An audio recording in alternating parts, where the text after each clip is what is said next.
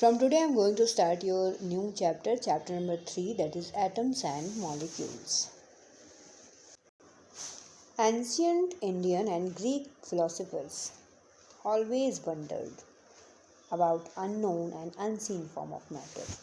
Means जो ancient Indian और Greek philosophers थे वो अननोन फॉर्म ऑफ मैटर के बारे में जानने पर हमेशा बहुत उन्हें आश्चर्य होता था.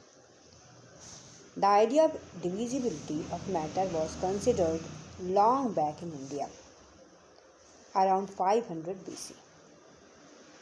और मैटर भी डिवाइड हो सकता है, इसका आइडिया अप्रॉक्स 500 BC के आसपास इंडिया में जाना गया. An Indian philosopher, Maharshi Kannad, postulated that if we go on dividing matter, matter का दूसरा नाम क्या है, that is known as also पदार्थ, we shall get smaller and smaller particles ultimately. यानी मैटर को अगर हम डिवाइड करते हैं तो हमें स्मॉलर देन स्मॉलर पार्ट्स मिलते जाएंगे कंटिन्यूसली. बट एक ऐसा टाइम आएगा जब इस मैटर को हम आगे स्मॉलेस्ट पार्टिकल में डिवाइड नहीं कर सकेंगे. ओके और ऐसे पार्टिकल को जो फर्दर डिवाइड नहीं हो सकता है, इन्होंने उसको नाम दिया परमाणु.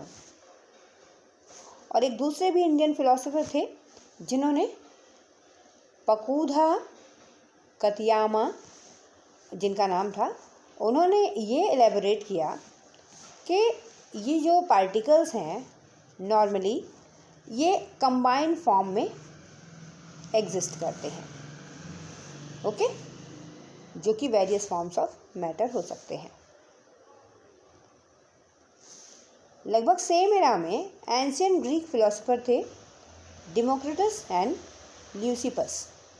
इन्होंने सजेस्ट किया कि अगर हम मैटर को डिवाइड करते हैं एक ऐसी स्टेज आती है कि जब पार्टिकल फर्दर डिवाइड नहीं हो सकते हैं.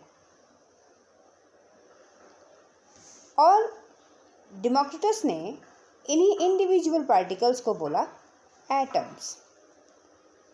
तो atoms means the form of matter, the smallest form of matter that can not be divisible, that can not be divide further.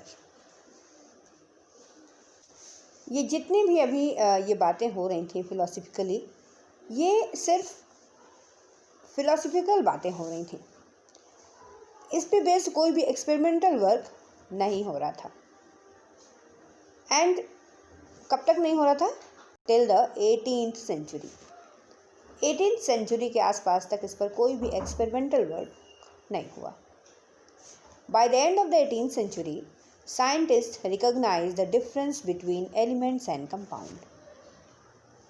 Scientist ने कई तरह के एक्सपेरिमेंट्स किए और उन्होंने ये रिकॉग्नाइज किया कि एलिमेंट्स और कंपाउंड्स के बीच में कुछ डिफरेंसेस होते हैं.